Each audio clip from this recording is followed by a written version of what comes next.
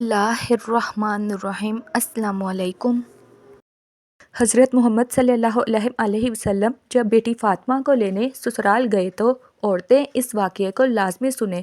ناظرین، حضرت فاطمہ رضی اللہ تعالیٰ عنہا اللہ تعالیٰ کے پیارے نبی صلی اللہ علیہ وسلم کی لاڈلی بیٹی اور حضرت علی رضی اللہ تعالیٰ عنہ کی بیوی اور حضرت حسن اور امام حسین کی والدہ ہے۔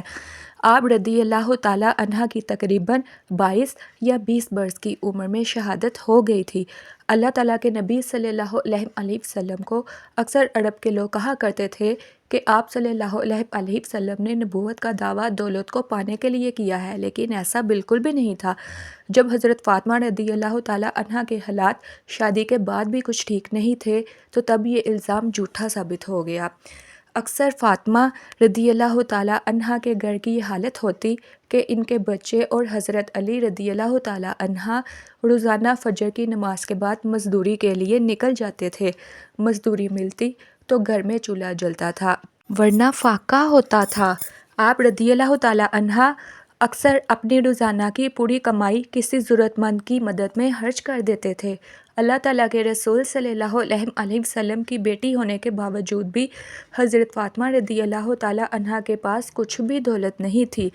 حضرت فاطمہ رضی اللہ تعالیٰ عنہ کا نور اور سادگی شاید ہی دنیا میں کسی اور عورت کے پاس ہو۔ وہ گھر میں چکی پیسنے سے لے کر جھاڑو، برتن اور بچوں کی پرورش بھی سب کام اپنے ہی ہاتھوں سے کیا کرتی تھیں۔ حضرت علی رضی اللہ تعالیٰ عنہ کے گھر میں بستر کے نام پر اونٹ کی ایک سوکھی کھال تھی، جس پر ان کا اونٹ دن میں چارہ کھاتا تھا اور رات کو وہی کھال سونے کے کام آتی تھی۔ اس طرح کی زندگی ہونے کے باوجود بھی حضرت فاطمہ رضی اللہ تعالیٰ عنہ نے کبھی اپنے شوہر سے کوئی شکایت نہیں کی اور نہ ہی کبھی کوئی فرمائش کی تھی۔ تاریخ گواہ ہے کہ حضرت علی رضی اللہ تعالیٰ عنہ اور حضرت فاطمہ رضی اللہ تعالیٰ عنہ کا جوڑا مثالی رہا ہے۔ حضرت فاطمہ رضی اللہ تعالیٰ عنہ نے کبھی بھی اپنے شوہر کی خدمت گزاری میں کوئی کوتاہی نہیں کی۔ اللہ تعالیٰ کے پیارے نبی صلی اللہ علیہ وسلم بھی اپنی لاڈلی بیٹی کو ہمیشہ یہی نصیحت فرمایا کرتے تھے کہ عورت کا سب سے بڑا اخلاقی فریضہ اپنے شوہر کی خدمت گزاری اور فرما برداری ہے۔ آپ صلی اللہ علیہ وسلم نے اپنے داماد حضرت علی رضی اللہ تعالیٰ عنہ سے بھی کہا کہ آپ مجھے بہت عزیز ہیں، فاطمہ بھی مجھے بہت عزیز ہے، ہمیشہ میری بیٹی فاطمہ کے ساتھ اچھا برتاؤ کرنا۔ ناظرین، ایک مرتبہ اللہ تعالیٰ کے پیارے نبی صلی اللہ علیہ وسلم اپنی لاڈلی بیٹی حضرت فاطمہ رضی اللہ تعالیٰ عنہ کو لینے ان کے سسرال تشریف لے گئے۔ اس وقت حضرت علی رضی اللہ تعالیٰ عنہ گھر پر موجود نہیں تھے۔ یہ دیکھ کر حضرت فاطمہ رضی اللہ تعالیٰ عنہ نے اللہ تعالیٰ کے نبی صلی اللہ علیہ وسلم سے، یعنی کہ اپنے ابا حضور سے جو کچھ کہا، اس کو سن کر آپ بھی حیران اور پریشان رہ جائیں گے۔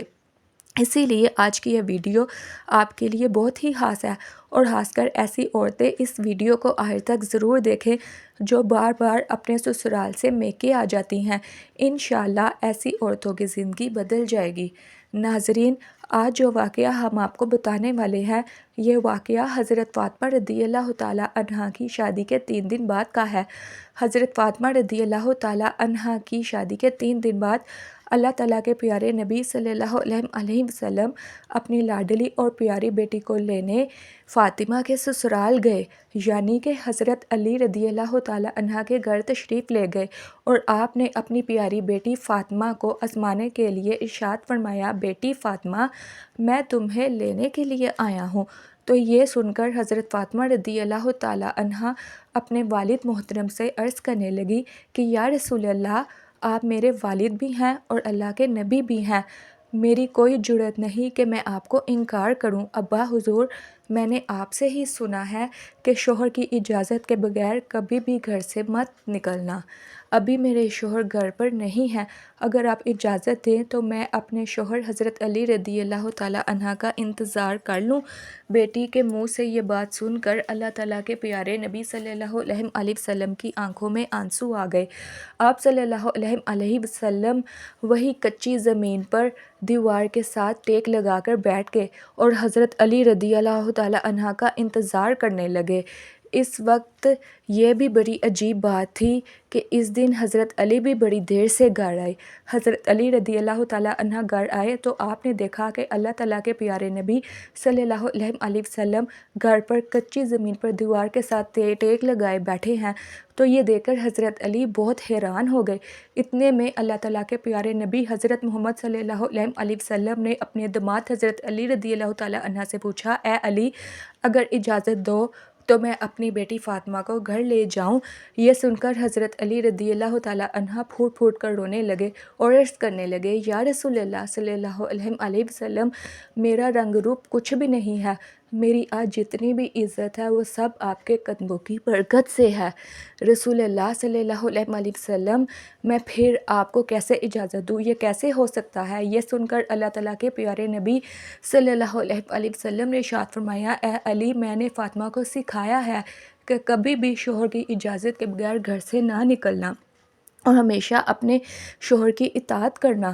اسی لیے فاطمہ کہتی ہے کہ ابا جان، جب تک میں اپنے شوہر حضرت علی رضی اللہ تعالیٰ عنہ سے گھر جانے کی اجازت نہ لے لوں تب تک میں گھر نہیں جاؤں گی۔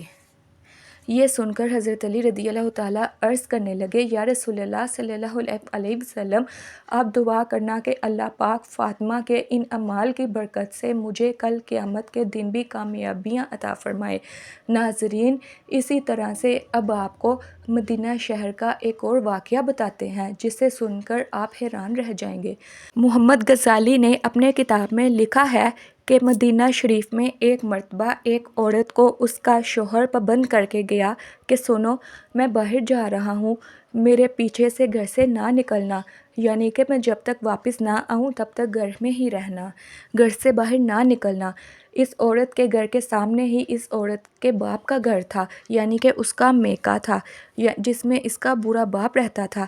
ایک دن اس کے باپ کے گھر سے پیغام آیا کہ تمہارا باپ بیمار ہے، آ کر اپنے باپ سے مل لو۔ جیسا کہ آپ سبھی کو معلوم ہے کہ بیٹی کو اپنے باپ سے کتنی محبت ہوتی ہے، اس کا کوئی پیمانہ نہیں ہوتا کہ کوئی اس کو ناپ سکے، کوئی ایسا ترازو نہیں کہ کوئی اس کو تول سکے۔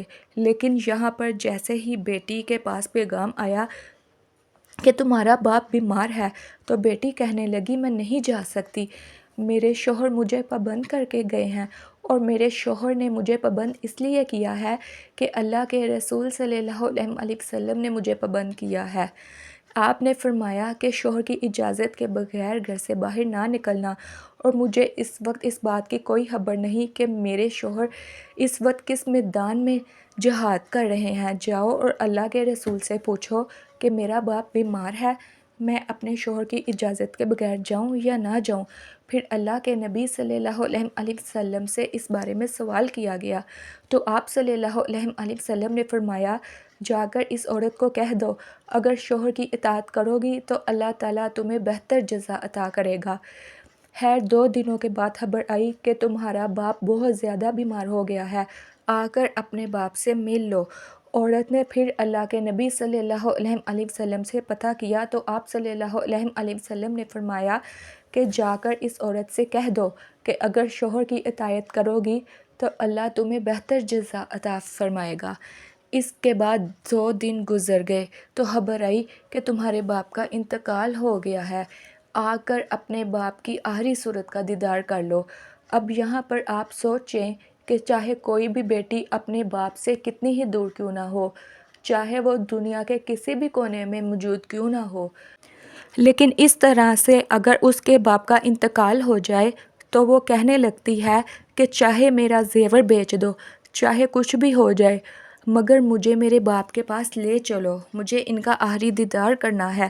لیکن یہاں پر آپ دیکھیں کہ سامنے ہی باپ کا انتقال ہو گیا ہے، مگر یہ عورت اپنی شوہر کے اجازت کے بغیر اپنے باپ کی آخری صورت دیکھنے کے لیے بھی نہیں جا رہی۔ اس نے اللہ کے پیارے نبی صلی اللہ علیہ وسلم کے پاس پھر سے پیغام بھیجا کہ یا رسول اللہ صلی اللہ علیہ وسلم، میرے باپ کا انتقال ہو گیا ہے، میرے سر سے باپ کا سایہ اٹھ گیا ہے، میرے شوہر مجھے گھر سے باہر نکلنے کے لیے منع کر کے گئے ہیں، اب میرے لیے کیا حکم ہے؟ تو یہ سن کر اللہ کے پیارے نبی صلی اللہ علیہ وسلم کے وہی جملے تھے جو اس سے پہلے آپ نے فرمائے تھے۔ آپ صلی اللہ علیہ وسلم نے فرمایا، جا کر اس عورت سے کہہ دو، یا تو شوہر کی اطاعت کرو گی تو اللہ تمہیں اس سے بہتر جزا عطا کریں گے۔ یہ ہے اللہ کے رسولوں کو منانے والی عورت۔ شوہر کی دوری میں باپ کا انتقال ہو گیا مگر اپنے شوہر کی اجازت کے بغیر باپ کی آخری صورت دیکھنے کے لیے بھی نہیں گئی۔ اس کے بعد اس عورت کے باپ کو دفن کر دیا گیا۔ پھر 2 دنوں کے بعد اللہ تعالیٰ کے پیارے نبی صلی اللہ علیہ وسلم نے فرمایا کہ پتہ کرو اس عورت کا کہ وہ اپنے باپ کی آخری صورت دیکھنے کے لیے گئی یا نہیں۔ تو صحابہ کرام پتہ کر کے آئے اور عرض کرنے لگے، یا رسول اللہ صلی اللہ علیہ وسلم، قربان جائیں آپ کے نظام پر، آپ کے فرمان پر۔ آپ کے جملوں کی تاثیر ایسی ہے کہ وہ عورت آپ کے دین کی پہرے دار بن گئی ہے، وہ اپنے باپ کی آخری صورت دیکھنے کے لیے نہیں گئی۔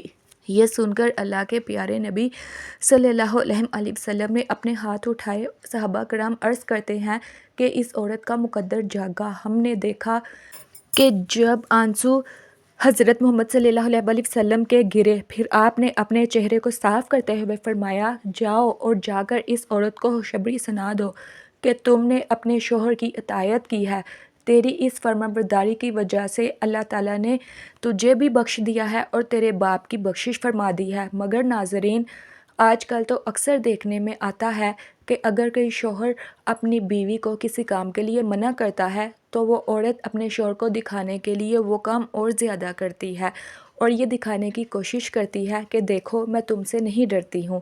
ناظرین، اس پہ ڈرنے اور ڈرانے کی کوئی بات نہیں ہے۔ ہمارے پیارے نبی رسول اللہ صلی اللہ علیہ وسلم کا فرمان ہے کہ شوہر کی اجازت کے بغیر اپنے گھر سے کبھی نہ نکلنا، چاہے کچھ بھی ہو جائے۔ اسی لیے نبی کریم صلی اللہ علیہ وسلم کے اس فرمان پر عمل ضرور کریں، انشاءاللہ آپ دونوں جہاں میں کامیاب ہو جائیں گے۔ ہمارے چینل پر اس طرح کی مزید معلوماتی اور اسلامک ویڈیوز اپلوڈ کی جاتی ہیں، لہٰذا میرے چینل کو سبسکرائب کر دیں۔